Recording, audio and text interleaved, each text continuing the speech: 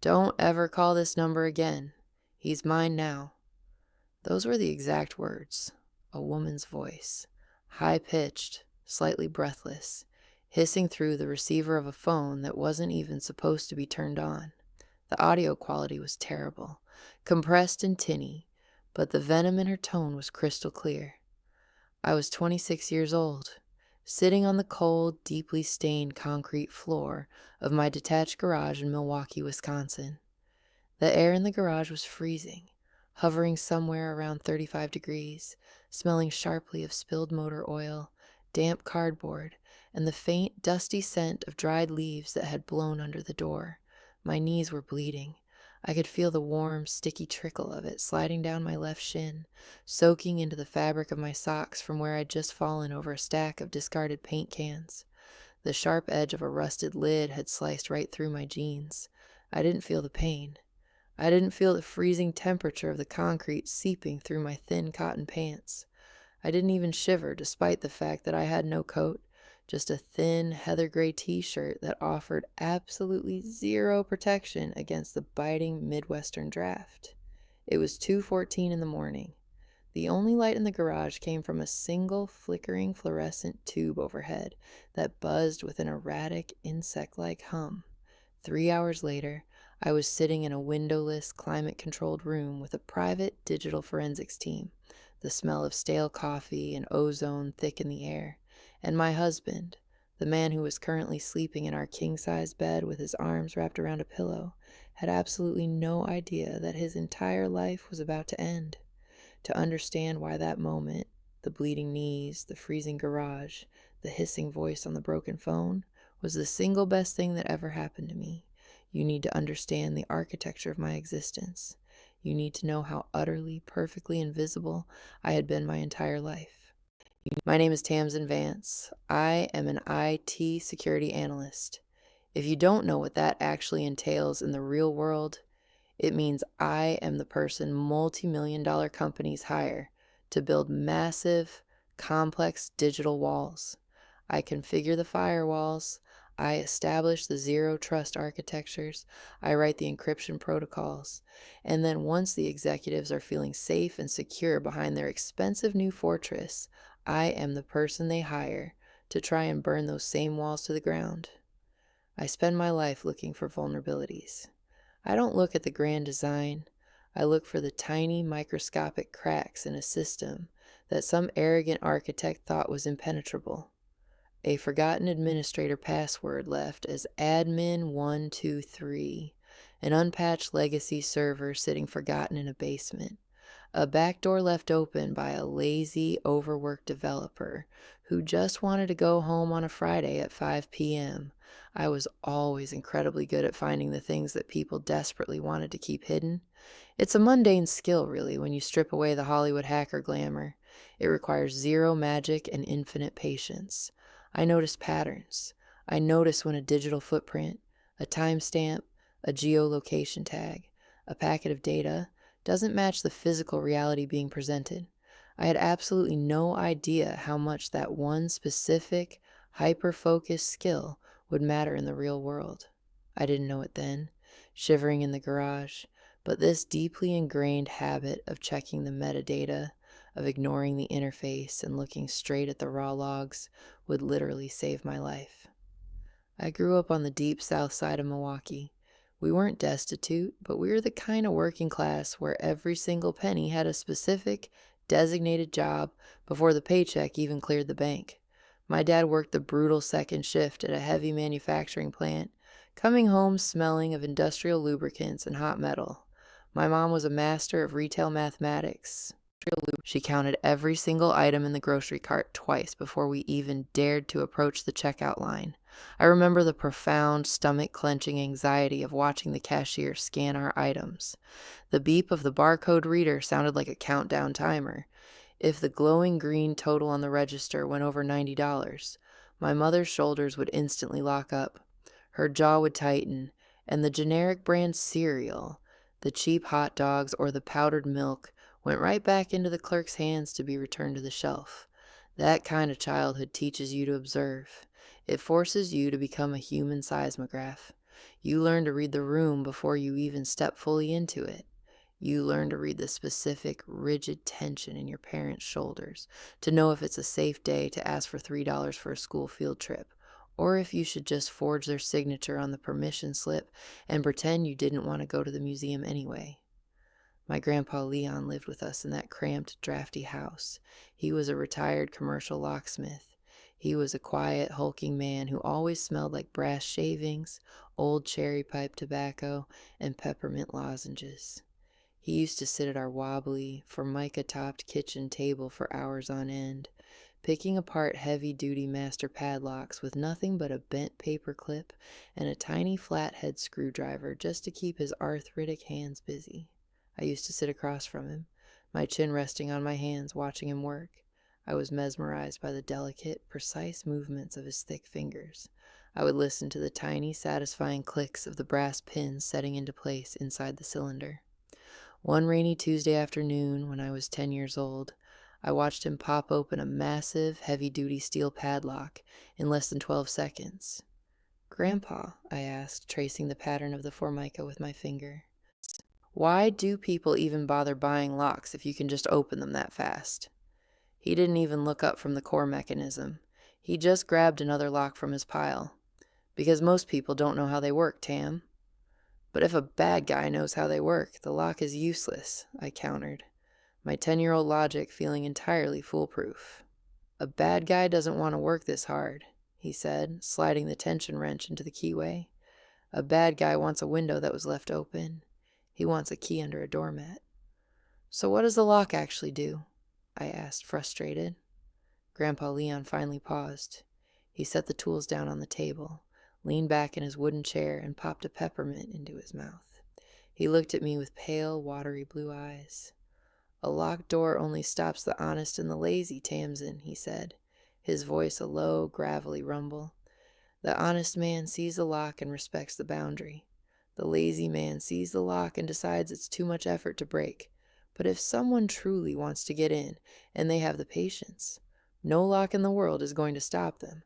The lock just buys you time to hear them coming." That quote didn't just stick with me. It became the foundational philosophy of my entire professional career. I built my life around understanding the mechanisms of the locks and the psychology of the people trying to pick them. It also became the exact reason I didn't believe my husband when he started locking his digital doors. I met Julian Thorne when I was 22 years old. I had just graduated and landed my first real salaried job as a junior security analyst at a mid-sized, fiercely competitive tech firm downtown. He was 28. He ran a regional logistics and freight company that he had inherited from his uncle. He was overwhelmingly charming, naturally loud, and wore tailored, slim-cut Italian suits that looked like they cost more than my entire used Honda Civic. We met at a crowded, dimly lit, artisanal coffee shop on Brady Street. It was raining, a cold, miserable October downpour. I was exhausted, stressed about a server migration, and deeply undercaffeinated. I was trying to balance my open laptop, a massive 20-ounce iced Americano, and my heavy messenger bag. I shifted my weight, the strap of the bag slipped, and the plastic cup completely collapsed in my grip. A tidal wave of freezing, dark brown espresso and ice cubes cascaded directly onto my lap, soaking through my denim jeans and splashing violently all over my expensive leather laptop bag. "Oh, God," I gasped, the shock of the cold liquid making me physically jump back. "No, no, no." Before I could even reach for a napkin, Julian just appeared out of nowhere. He didn't hesitate. He grabbed a massive stack of brown paper napkins from the condiment bar and dropped to his knees right beside me on the sticky, wet tile floor.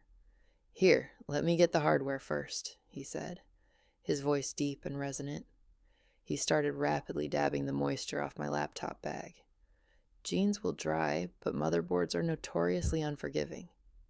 I was mortified. My face was burning hot. "I'm so sorry, you don't have to do that. I'm getting coffee on your suit." He laughed. It was a bright, effortless sound. "It's fine. My dry cleaner loves me. I put his kids through college. I'm Julian, by the way." "Tamsin," I stammered, frantically wiping at my wet jeans. The cold air from the cafe's open door was making me shiver violently. Thank you, really. I'm an IT analyst. If I short out my work machine on a Tuesday morning, they might actually execute me. He paused, looking up at me, his dark eyes locking onto mine with an intensity that made my breath catch slightly in my throat. An IT analyst? So you're the smartest person in this room, then? Hardly, I muttered, looking away, acutely aware of how messy my frizzy hair must have looked compared to his immaculate grooming. I doubt that, he smiled, standing up and offering me his hand. His grip was warm and firm.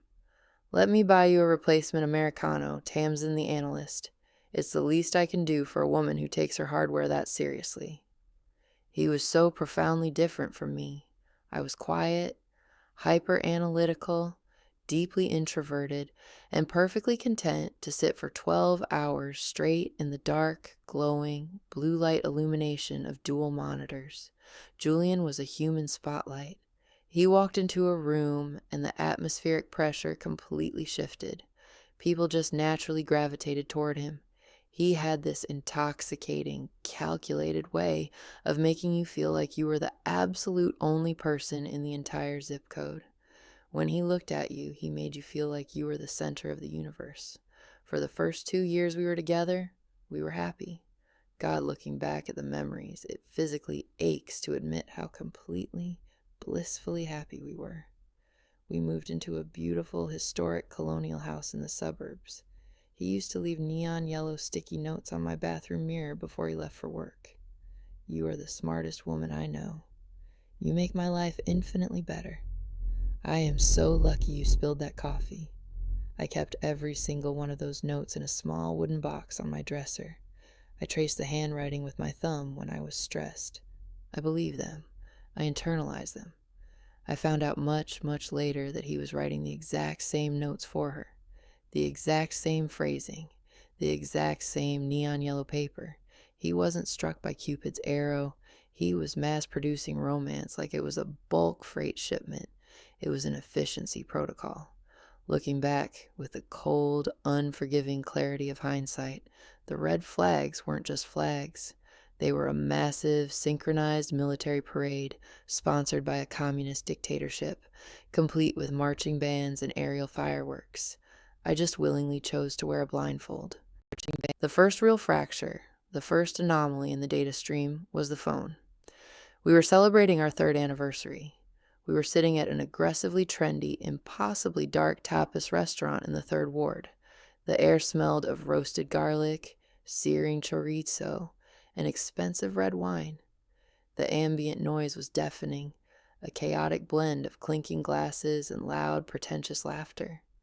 The bill was going to be something utterly ridiculous, like $147.83 for 6 tiny, microscopic plates of artisanal cheese and cured ham. Julian's phone buzzed on the dark mahogany table. It was sitting face up next to his water glass. The screen illuminated the dim space. I glanced down, purely out of reflex. I saw a text notification pop down from the top banner. It was from an unsaved number. No name, just an area code. It just said, "Are we still on for Tuesday?" Julian's hand shot out. He snatched the phone off the table so fast his knuckles clipped his water glass, sending a splash of ice water across the polished wood. He flipped the phone face down, grabbed a cloth napkin, and wiped up the water with a forced, overly loud laugh. "Spam," he said smoothly, not quite meeting my eyes. "These auto-warranty bots are getting incredibly aggressive lately." I stared at the back of the phone case. My heart did a strange, uncomfortable stutter in my chest. "At 9 p.m. on a Friday?" I asked, my voice carefully neutral. "That's a very dedicated bot." "You know how it is, babe," he smiled, waving down a waiter for more wine. "They operate on global time zones. It's probably some automated server sitting in a warehouse in India." "Usually spam bots call," I pointed out, my analytical brain refusing to let the logic puzzle go. "Or they text a malicious link. I've never seen a phishing script just casually ask about a Tuesday." Julian's smile tightened just a fraction of a millimeter. The charm cooled.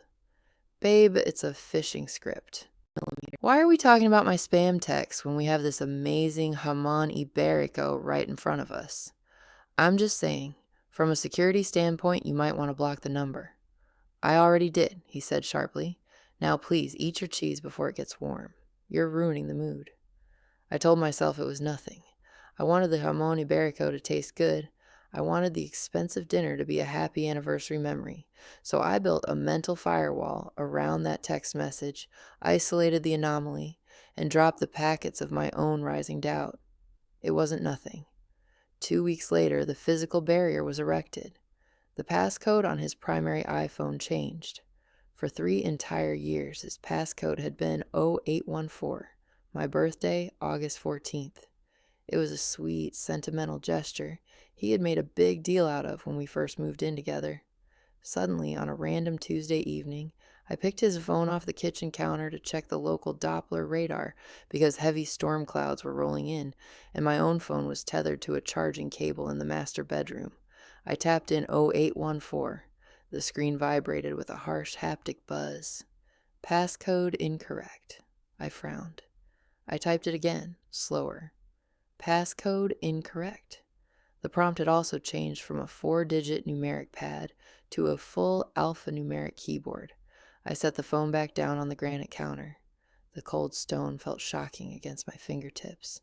I stood there for a full minute, listening to the distant rumble of thunder outside, feeling a cold, creeping sensation of dread wash over my skin. I asked him about it 10 minutes later, trying desperately to sound casual. I was standing at the cutting board, aggressively chopping a yellow onion for the pasta sauce I was making. The sharp, sulfuric smell of the onion was stinging my eyes, which was a convenient excuse for why they were suddenly watering. "Hey," I said, my voice deliberately light, matching the rhythmic thwack, thwack, thwack of the chef's knife against the wood. "Did you change your passcode?" I was trying to check the storm radar.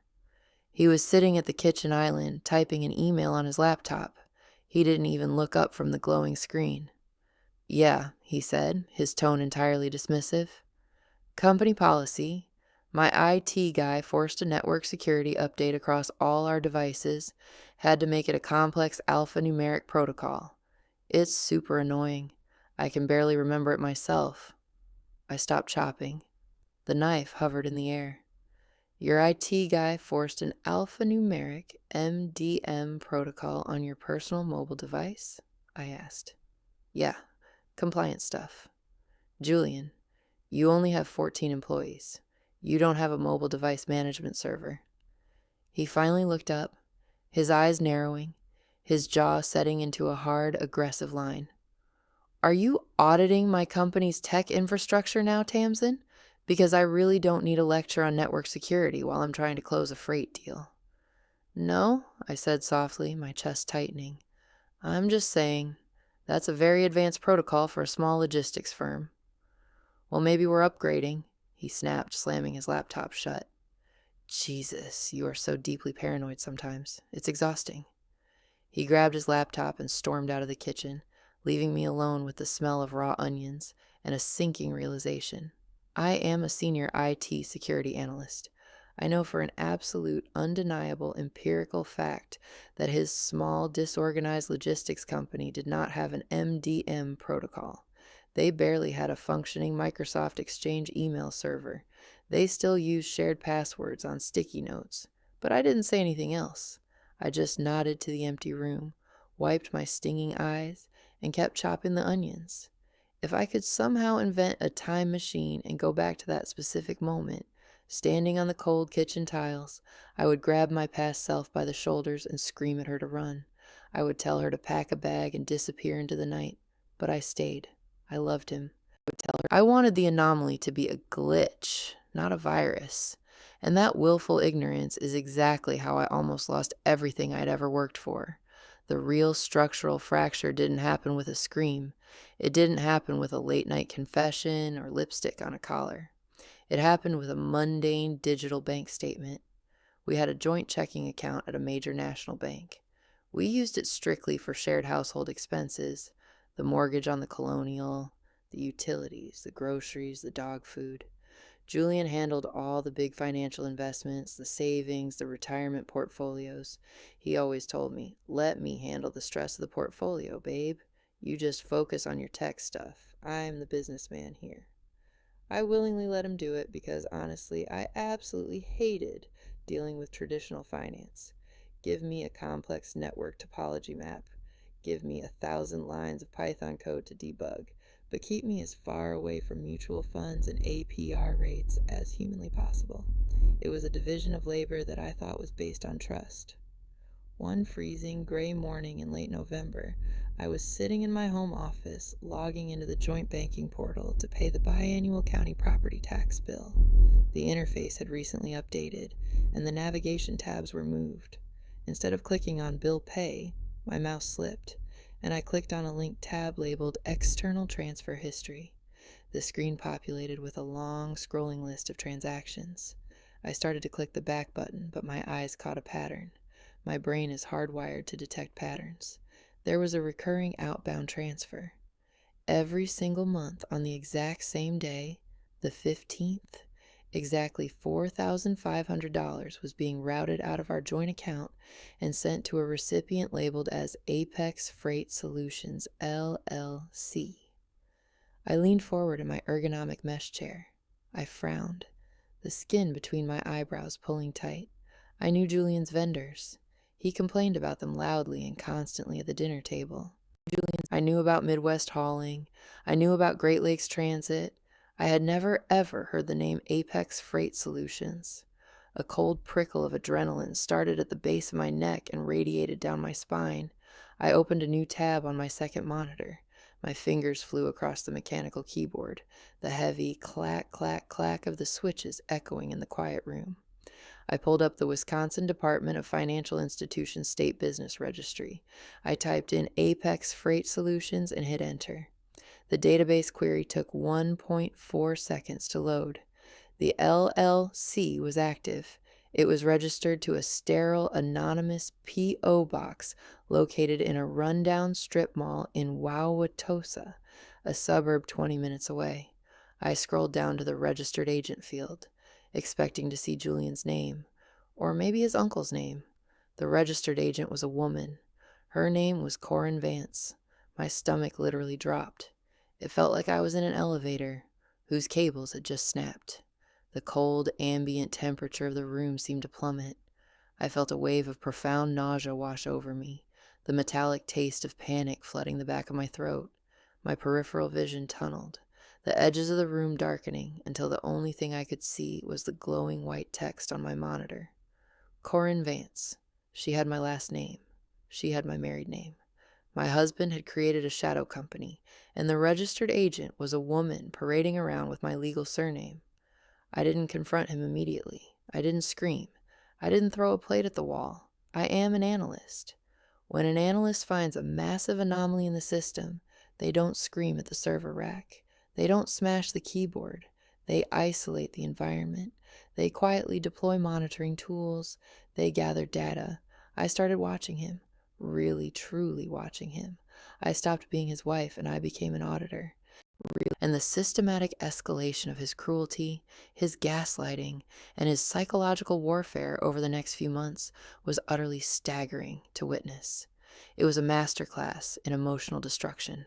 It happened in exactly 8 distinct phases, 8 calculated beats designed to break me down, isolate me, and force me out of the picture without him looking like the bad guy. Beat 1 was the public disrespect. It was early December. We were at a stuffy, pretentious dinner party hosted at his sister Gemma's massive, modern house in the suburbs. Gemma was a holistic Pilates instructor who frequently used the phrase toxic energy to excuse her own terrible, incredibly selfish behavior. We were sitting around her massive, custom-built, reclaimed oak dining table, eating painfully dry, overcooked salmon and drinking overly tannic red wine. The topic of my job came up. One of Julian's college friends, a guy named Mark who worked in insurance, asked me about a massive data breach that had recently hit a major credit bureau in the news. "So, Tamsin," Mark asked, leaning forward, "is that the kind of stuff you prevent? Hackers stealing social security numbers?" Before I could even open my mouth to answer, Julian let out a loud, mocking laugh and waved his silver fork in the air dismissively. "Oh God, don't ask Tamsin about that," he said, his voice carrying easily over the soft background music. She just unplugs office routers and tells old people to restart their computers. She's basically a glorified Geek Squad employee. The real high-level security is handled by the guys at the top of the food chain. The entire table went dead silent. The clinking of silverware stopped. I felt the blood rush to my face. My cheeks burned with intense, humiliating heat. I looked across the table at Julian. He was smiling comfortably, taking a slow, arrogant sip of his wine. He had the emotional depth of a puddle in a Walmart parking lot. Actually, Julian, I said, my voice shaking slightly, my hands gripping my napkin under the table to hide my tremors. I designed the penetration testing protocols for our entire regional power grid. If my team fails, hospitals lose electricity. But sure, I unplug routers. Gemma rolled her eyes dramatically, sighing as if my defense was exhausting to witness. Oh, please, don't be so defensive, Tamsin, Gemma scolded, cutting a piece of dry salmon. Julian is obviously just joking around. You always take things so incredibly seriously. It's just banter. Lighten up. Beat 2 was the aggressive financial control. In late January, the temperature in Milwaukee dropped to 14 degrees below zero. The zipper on my heavy winter coat completely sheared off the track, rendering it useless. I stopped at a department store on my way home from work and bought a new, practical, mid-range down coat. It cost exactly $120. I walked in the front door, shivering, wearing the new coat. Julian was waiting for me in the narrow hallway. He was holding his phone, the banking app open on the screen, looking at me like I had just committed a federal crime. "What is this?" he snapped, his voice hard, stepping into my physical space so I was backed against the front door. "It's a coat," I said, my heart rate spiking. My old zipper broke. I was freezing. "We need to save capital," he hissed, his face inches from mine. I could smell the stale coffee on his breath. "I'm working my ass off 70 hours a week, trying to build a secure future for us, and you're just casually throwing our money away on luxury items." "Julian, it's $120. It's not a luxury item. It's 14 degrees outside. I couldn't zip my jacket." "You're being completely irrational," he said, deploying his favorite weaponized phrase. "Nobody else would put up with your reckless spending habits, Tamsin. Nobody. You should be down on your knees grateful that I manage our money, because you clearly have no discipline." Beat 3 was the replacement. I started smelling it on his clothes. It wasn't cheap body spray. It was a very specific, incredibly expensive niche perfume. Le Labo Santal 33. It has a deeply distinct scent profile. It smells strongly of Australian sandalwood, cedar, cardamom, and old leather. I don't wear perfume. I never have. I have a severe contact allergy to most synthetic fragrances. They give me blinding migraines. But there it was, an invisible, fragrant ghost, clinging heavily to his thick wool overcoat when he came home at midnight from his late-night warehouse strategy sessions. I would stand in the mudroom after he went to bed, burying my face in the collar of his coat, breathing in the scent of sandalwood and betrayal, feeling a cold, hollow ache expand in my chest. He wasn't even trying to hide her anymore. Beat 4 was the orchestrated public humiliation. It was February. We were celebrating his mother Elaine's 60th birthday. We were at a high-end, ridiculously expensive steakhouse downtown. I had spent weeks picking out the perfect gift. I had gone to an artisanal boutique and bought her a beautiful hand-woven silk scarf imported from Italy. It was soft, elegant, and perfectly matched her aesthetic. After dinner, surrounded by 15 of their family members and friends, I proudly handed her the silver-wrapped box. Elaine smiled politely, untied the ribbon, and lifted the lid. Her smile instantly vanished. Her face fell into an expression of sheer disgust. She reached into the box and pulled out a cheap, poorly glazed, plastic-looking ceramic mug. Printed on the side in bold, tacky font were the words, "World's okayest mom." I froze. The ambient noise of the restaurant faded into a dull roar in my ears. I felt physically sick. That's not what I bought," I stammered, my eyes darting frantically around the table. "I bought a silk scarf. I wrapped it myself. Julian burst out laughing. He slapped the table, highly amused. I swapped it, he announced loudly to the entire table of 15 people. Tamsin bought this incredibly boring, depressing scarf, so I intercepted the box, returned it, and got the mug instead. It's a gag gift. Look at her face. Nobody else laughed. Elaine slowly lowered the mug to the table, looking at me with the kind of deep, pathetic pity usually reserved for watching a 3-legged dog try to cross a busy highway. Well, Elaine sighed heavily, adjusting her pearl necklace. It's the thought that counts, I suppose, even if the thought is a bit lacking in basic respect. I didn't buy that, I whispered, but my voice was lost in the noise. I sat there for 2 straight hours trying to swallow bites of an $80 filet mignon that tasted like wet ash in my mouth, while his entire family talked around me, over me, and through me, treating me like a defective piece of furniture that they were waiting to have hauled away. Beat 5 was the invasion of my physical sanctuary. I had a small, dedicated home office on the 2nd floor. It was my only safe space in the house. It was where I decompressed. I had a massive oak desk, 2 high-resolution curved monitors, my ergonomic mechanical keyboard, my Cisco routers, and stacks of my technical certification notebooks. One random Tuesday, I came home from a grueling 10-hour shift at the firm. I walked upstairs, opened the door to my office, and stopped dead in my tracks. The room had been gutted. My heavy desk was gone. My expensive monitors were shoved carelessly, screens down, into a dirty cardboard moving box in the hallway. The cables were tangled into a massive, careless knot. In their place, dominating the center of the room, was a massive, incredibly ugly, overstuffed brown leather armchair and a cheap brass standing lamp. "What did you do?" I asked, my voice trembling, as I stared at the destruction of my sanctuary.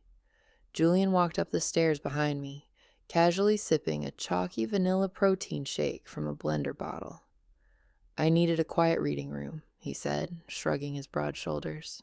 "Your messy tech crap was taking up way too much premium square footage. You can just work from your laptop on the kitchen island from now on. It's not like you do real heavy lifting anyway. You just type on a keyboard." Beat 6 was the ally attack. His mother, Elaine, cornered me in the kitchen during Thanksgiving preparations. The house smelled overwhelmingly of roasting turkey, melted butter, and sage stuffing. I was standing at the sink, peeling potatoes. Elaine marched up beside me, grabbed a masher, and started aggressively, violently mashing a pot of boiled potatoes. "You know, Tamsin," she said, her voice a low, venomous hiss, not even bothering to look at my face. "Julian is a man with a tremendous amount of ambition. He is going places, and a man like that needs a certain type of woman by his side." "What does that mean, Elaine?" I asked quietly, keeping my eyes on my peeler. "It means he needs someone who understands presentation, someone who understands social grace, someone who doesn't wear baggy college hoodies on the weekends and stare at computer screens all day. If you lose my son, you will only have your own stubbornness to blame. You are just very rigid. You don't bend for him." Beat 7 was the institutional threat. Julian sat me down on the living room couch one quiet Sunday morning. He dropped a massive 2-inch thick stack of legal documents onto the coffee table. "I'm expanding the logistics business," he said, his tone entirely businesslike, devoid of any warmth. "I need you to sign these documents on the back pages. It's just a standard banking formality. It puts your name as a secondary guarantor on a new commercial bridge loan." I leaned forward and scanned the top page. I read the figures. My breath hitched. The loan was for $400,000. "I'm not signing this, Julian," I said, pushing the papers back across the glass table. "I don't even know what this loan is for. We don't have the collateral to back a $400,000 commercial note." His face darkened instantly. The charming facade dropped completely, revealing the cold reptilian core underneath. His jaw clenched tight, the muscles jumping. He leaned in close, his voice dropping to a terrifying, dead-eyed whisper. "You're remembering wrong," he said softly. "We talked about this expansion for months. Why do you always twist things to make me look like a liar? Let me be very clear with you, Tamsin. If you don't sign this paperwork right now, I am calling my attorney and filing for divorce on Monday morning. And since the deed to this house is solely in my name, you will be packed up and out on the street by Friday night." He was bluffing. I knew the legal logistics of eviction, but the sheer malice in his threat was entirely, terrifyingly real. Beat 8 was the systematic gaslighting of my reality. It happened in early December. I had bought 2 incredibly expensive front-row tickets to see my favorite band, Bon Iver, at the Riverside Theater. I had purchased them 6 months in advance. It was the only thing I had been looking forward to all year. At 6 p.m. on the night of the concert, I was dressed up, standing in the kitchen, waiting for him to get home. Julian walked through the door in his sweatpants, carrying a gym bag. He looked at me, his brow furrowed in deep confusion. "Why are you dressed up?" "The concert," I said, my heart sinking. "The Riverside. It starts at 8. He let out a long, patronizing sigh. "Tamsin, the concert is next week. We talked about this." "No, it's tonight," I insisted, my voice rising. "I printed the tickets. I put them on my desk." "You never bought the tickets," he said slowly, speaking to me like I was a dementia patient. "You talked about buying them, but you forgot. You've been so stressed at work. Your memory is completely slipping. You didn't buy them." Panic seized my chest. I ran upstairs to my desk. The tickets were gone. I ripped open my laptop and frantically searched my email for the Ticketmaster confirmation. The email was gone. The trash folder was empty. I sat in the chair, staring at the blank screen, experiencing a terrifying wave of vertigo. I honestly thought I was losing my mind. I thought I was having a psychological breakdown. I sat in the dark and cried, questioning my own sanity. It wasn't until months later, when I pulled the network logs, that I saw the truth. He had logged into my email from his iPad, permanently deleted the confirmation, thrown away the physical tickets, and convinced me I was crazy, all so he could have a free night to take Corinne to a hotel in Chicago without me questioning his whereabouts. The cruelest moment, the absolute breaking point that shattered my remaining empathy, happened in late January. My dog, a 12-year-old, deeply loyal golden retriever named Barnaby, got violently ill. It happened suddenly in the middle of the night. He couldn't stand up. He was whining in agony, his stomach distended, and he began throwing up dark, coagulated blood onto the hardwood floor. I was terrified. I threw my coat over my pajamas, scooped his 80-pound limp body into my arms, and rushed him to the 24-hour emergency veterinary clinic. The vet took one look at him and rushed him to the back. 10 minutes later, she came out to the bright, sterile waiting room.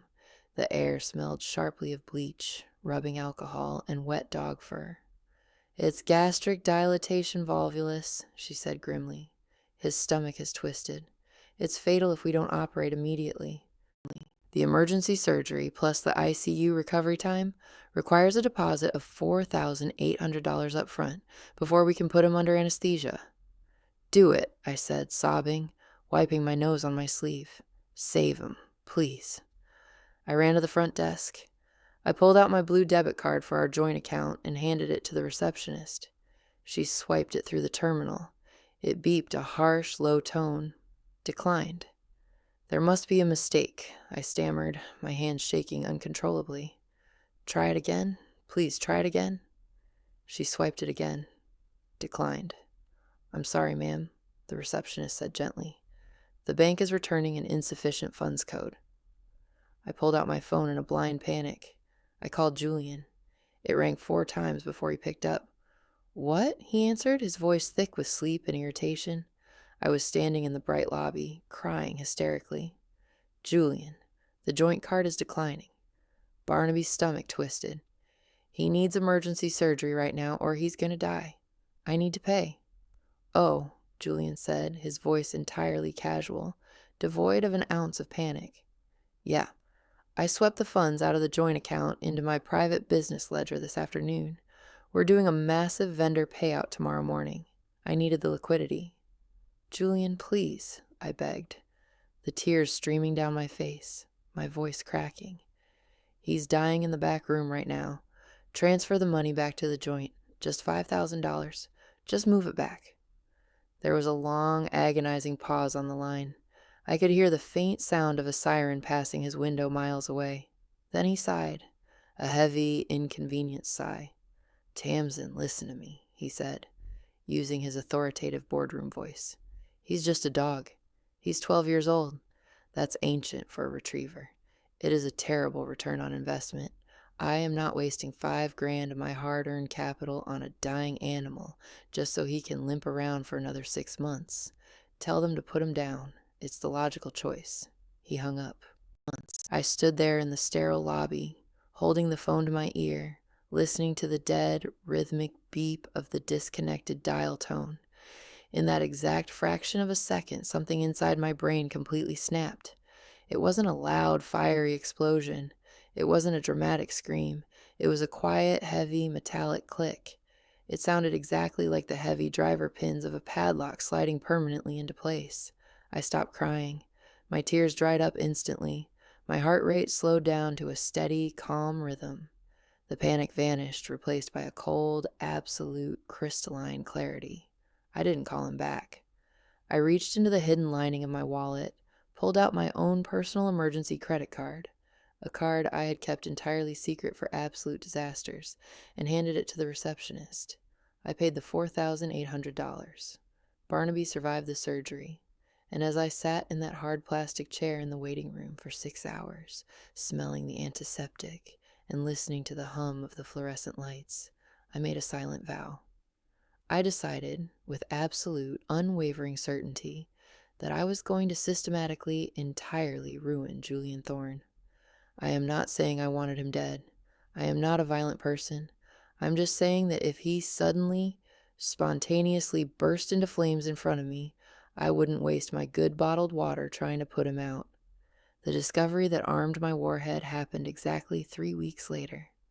It was a freezing Tuesday night in early February. Julian was supposedly in Chicago, attending a 3-day logistics supply chain conference. I walked out into the detached garage to grab the heavy snow shovel, because a blizzard was forecasted for the morning. I reached behind his heavy oak workbench to grab the shovel handle. As I pulled it loose, I knocked over a stack of old rusted paint cans. They clattered loudly across the concrete. I bent down to pick them up. As I reached into the dark, dusty corner behind the workbench, my fingers brushed against a small, rectangular black object shoved deep into a crevice in the cinder block wall. I pulled it out into the dim light of the overhead fluorescent tube. It was a smartphone, a cheap, generic, prepaid Android burner phone. But it wasn't just hidden. It was violently destroyed. The cheap glass screen was completely shattered into a dense, opaque spiderweb of cracks. The plastic outer casing was warped and bent at a severe 45-degree angle. It looked like someone had taken a heavy framing hammer to the center of it, or perhaps laid it on the driveway and intentionally run it over with the tire of a heavy SUV. Most normal people would look at a smashed, bent piece of plastic and glass and see garbage. They would see a dead end. I am an IT security analyst. I looked at that smashed phone, feeling the weight of it in my cold palm, and I saw a gold mine. I saw the map to the enemy's fortress. I took the phone inside, locking the door behind me. I walked into the kitchen and turned on all the bright overhead recessed lights. I laid the phone down on the pristine white quartz counter. I went to the bathroom, retrieved a pair of blue latex medical gloves, and snapped them onto my hands. I retrieved my specialized micro screwdriver set from my office toolkit. Under the bright lights, I carefully, methodically began to pry the bent plastic casing apart. The battery was violently punctured, leaking a faint, sweet-smelling chemical odor of lithium. The green-printed circuit board of the motherboard was cracked perfectly, jaggedly down the middle. But I didn't care about the screen. I didn't care about the battery. I leaned in close, holding my breath. There, nestled on the corner of the broken circuit board, was the memory chip. A tiny, microscopic, black square of NAND flash memory. It is the digital brain of the device. It is where every single text message, every photograph, every GPS coordinate, and every supposedly deleted file is permanently, irrevocably etched in raw hexadecimal code. The chip was entirely, flawlessly intact. What nobody knew, what Julian never could have anticipated, was that I didn't confront him when he came home from Chicago. I didn't scream. I didn't pack my bags. I didn't throw his expensive Italian suits out onto the snowy front lawn. I kept making him dinner. I kept smiling when he walked in the door. I kept asking about his day. I kept playing the role of the oblivious, rigid, deeply dependent little wife. I embraced the camouflage of my own invisibility. The next morning, while he was in the shower, I took the broken motherboard, slid it carefully into a silver, static-proof Mylar bag, and drove downtown to see my friend Dex. Dex is a senior digital forensics specialist who works for a high-end, deeply secretive private security contracting firm. We went to the same university.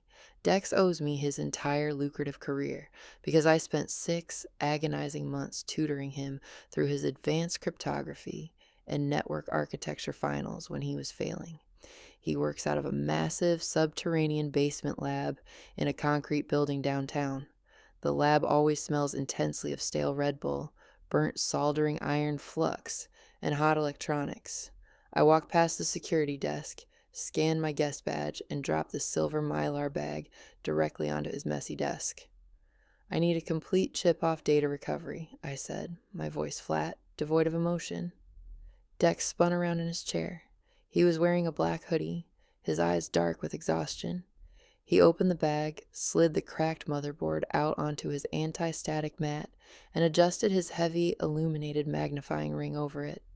He let out a low whistle. "Jesus Christ, Tam! Did you put this thing in a Vitamix blender? Can you pull the data or not, Dex?"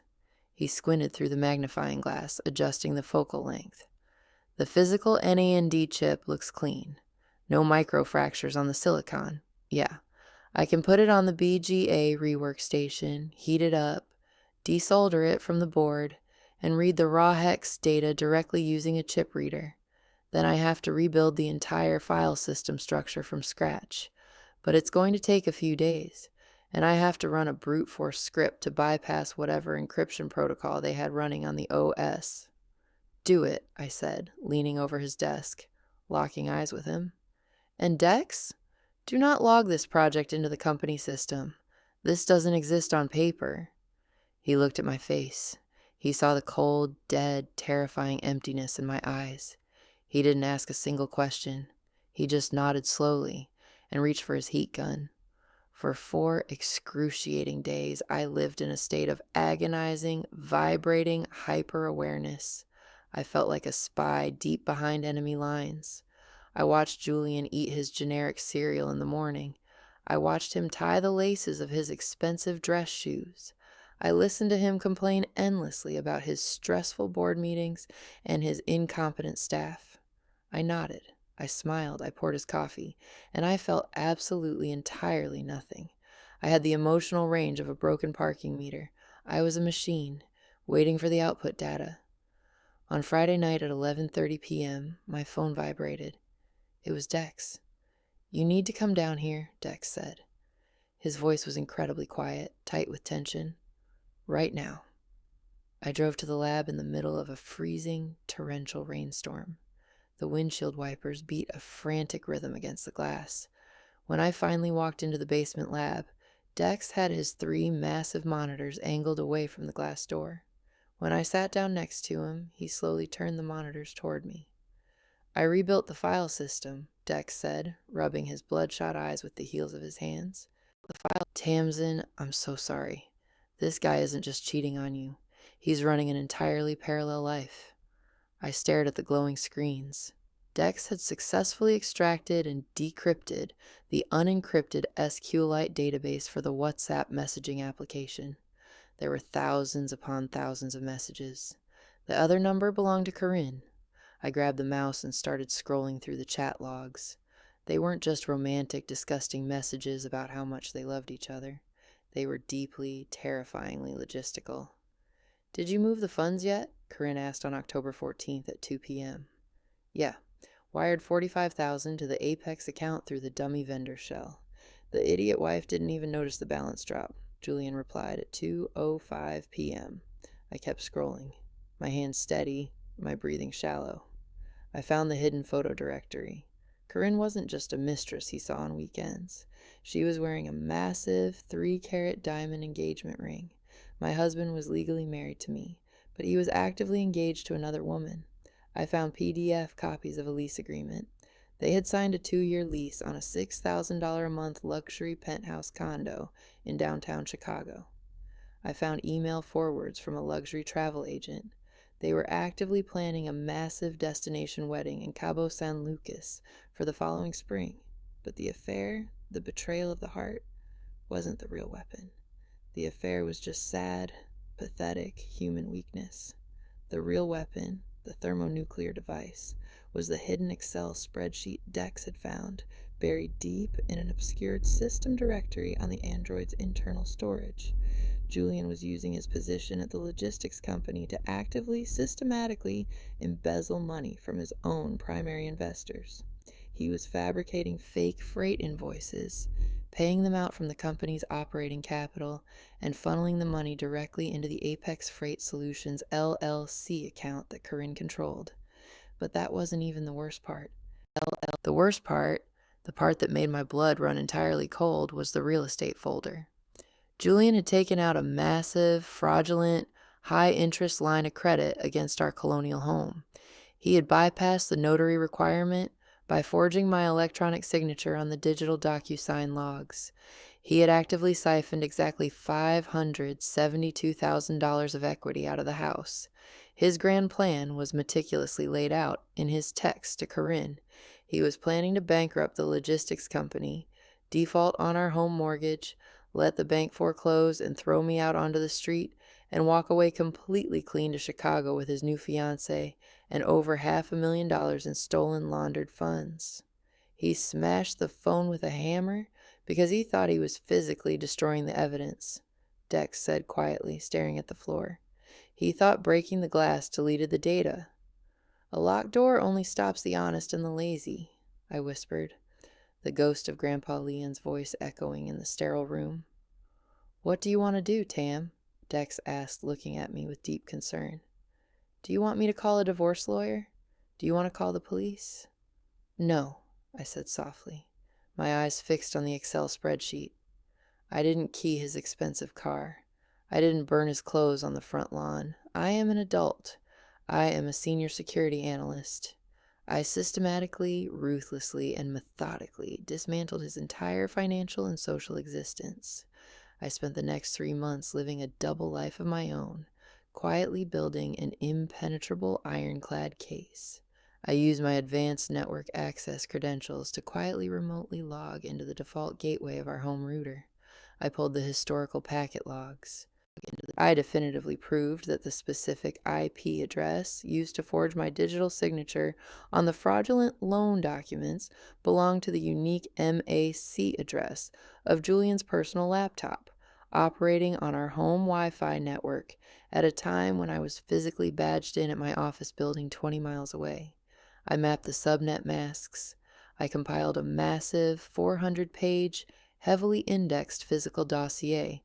It contained packet captures, raw hex dumps, bank routing transit numbers, the forged DocuSign IP logs, and high-resolution printouts of the extracted WhatsApp transcripts. I hired a brutal forensic accountant and a notoriously ruthless, bloodthirsty divorce attorney. I didn't use a single penny of our joint funds to pay their retainers. I used my own private savings. I waited in the shadows. I needed the perfect moment. I needed maximum exposure. I needed a stage. The grand reversal happened on the 3rd Thursday in April. Julian was hosting a massive, lavish corporate launch party for the new, expanded wing of his logistics firm.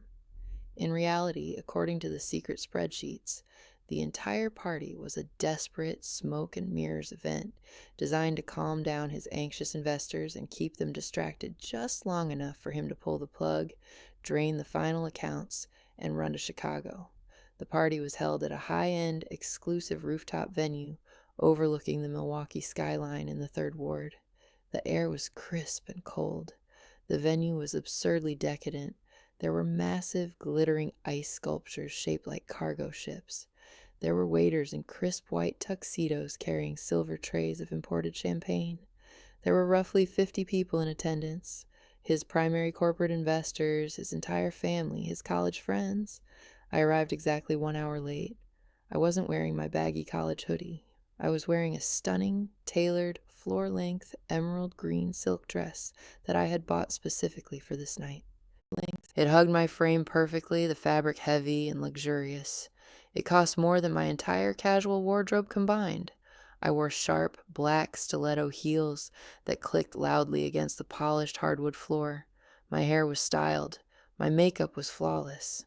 I walked into the crowded room. The ambient chatter was loud, a dull roar of wealthy people congratulating themselves. A live jazz trio was playing a smooth, upbeat tempo in the corner. The room smelled of expensive cologne, roasted tenderloin, and melting ice. Julian was standing near the massive mahogany bar, surrounded by a tight circle of his most important investors, holding court, laughing loudly at his own jokes. His mother Elaine and his sister Gemma were sitting at a roped-off VIP table in the center of the room, sipping champagne and looking incredibly smug. Julian saw me approach. For a fraction of a microsecond, his smile completely faltered. His eyes widened in shock at the way I looked, but then the arrogant, charming mask slid effortlessly back into place.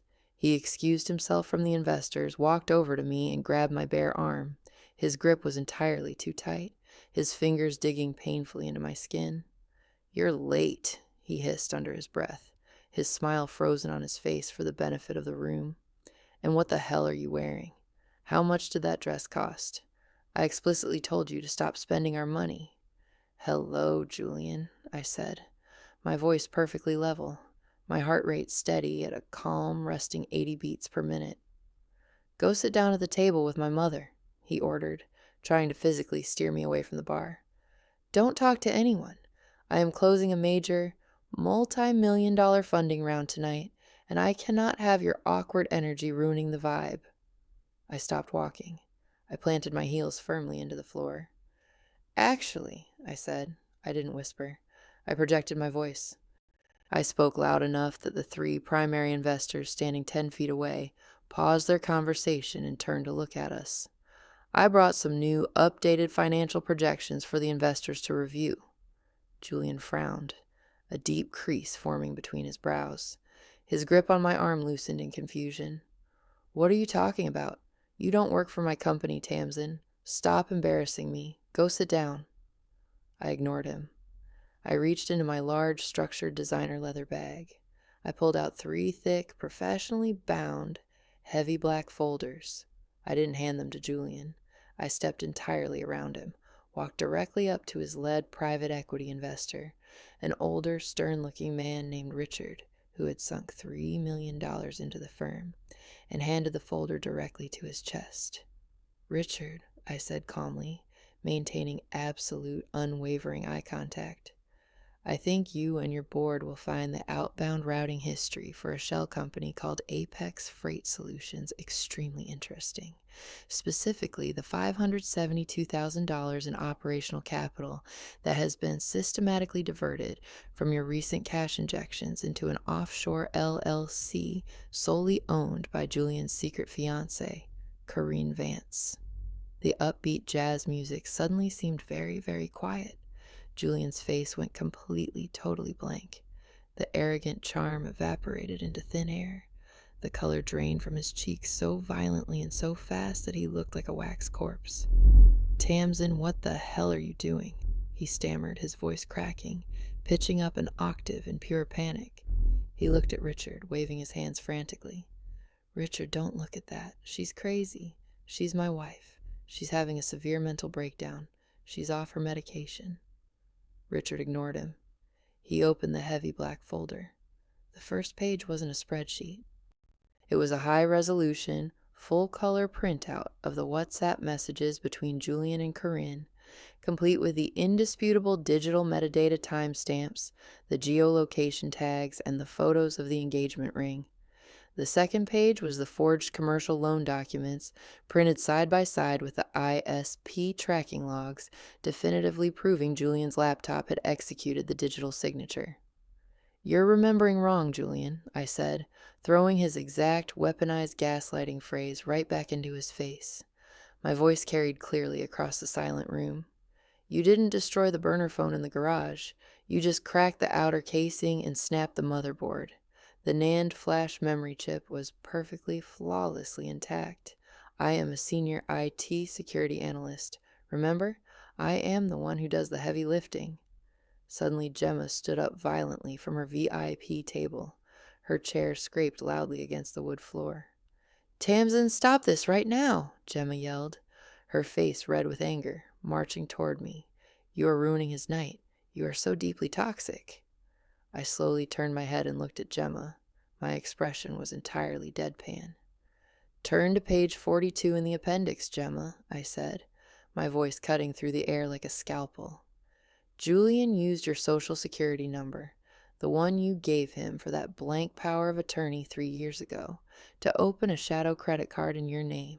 He maxed it out at exactly $30,000 to purchase Corinne's diamond engagement ring. The debt is entirely in your name.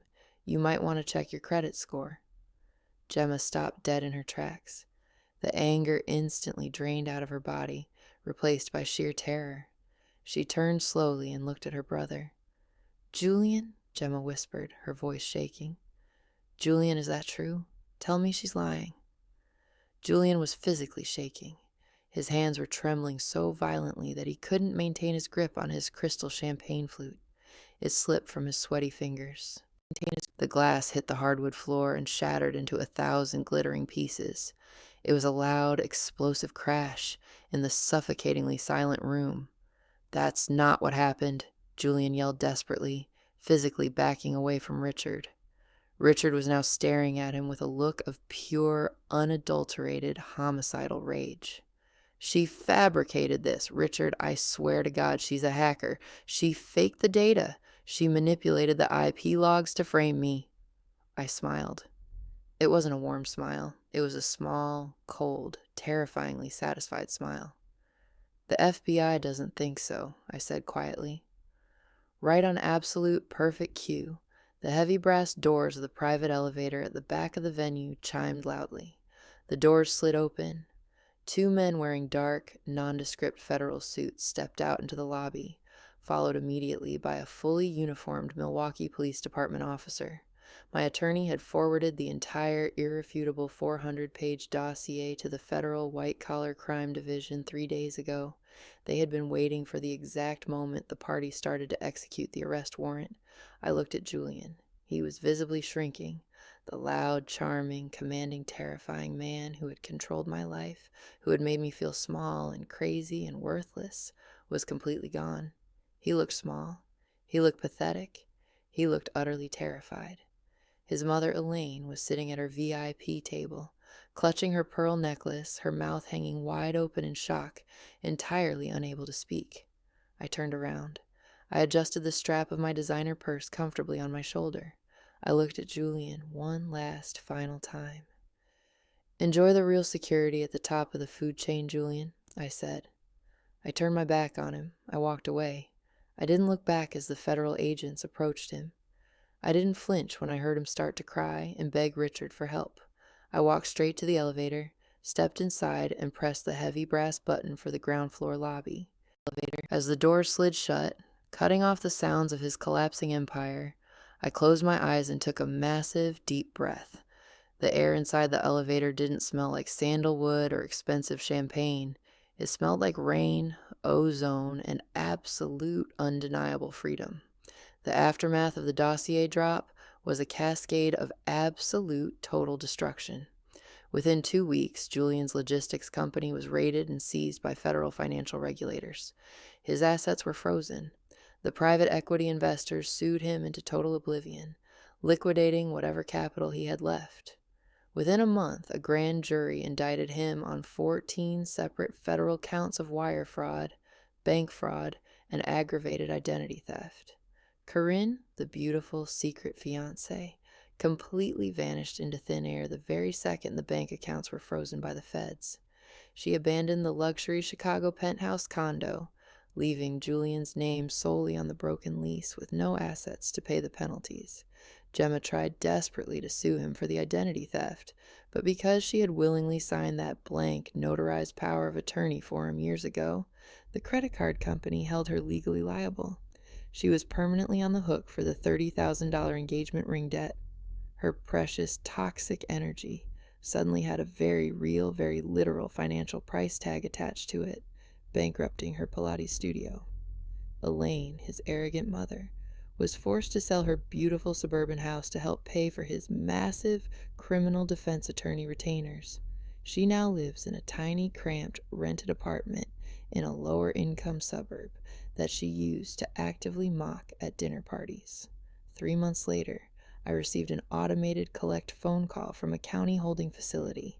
I didn't answer it. I let it go to voicemail. I listened to the recording later that night. The voice on the tape was Julian's. He sounded small, desperate, and weak. He didn't sound charming anymore. He sounded completely broken and weak. "Tamsin, please," the static-filled recording begged. "I have nothing. Everyone is gone. Please, I know you hate me, but please just talk to me. I need help." I deleted the voicemail with a single keystroke. Then I permanently blocked the number. I sold the Colonial House in Milwaukee. The bank entirely cleared my name from the fraudulent commercial loan because the forensic IP evidence of his forgery was irrefutable. I took my half of the clean equity, packed my monitors, loaded Barnaby into the back seat of my car, and drove west until I hit the mountains. I live in Salt Lake City now. I bought a small, beautiful, heavily wooded cabin-style house with a breathtaking view of the snow-capped Wasatch Mountains. It is incredibly quiet here. I have a dedicated, massive home office with 3 ultra-wide monitors, my rack of Cisco routers, and a custom mechanical keyboard that clacks as loud as I want it to at any hour of the night. I still work in high-level IT security. I still spend my days looking for the microscopic cracks in the digital walls, but I don't build walls around myself anymore.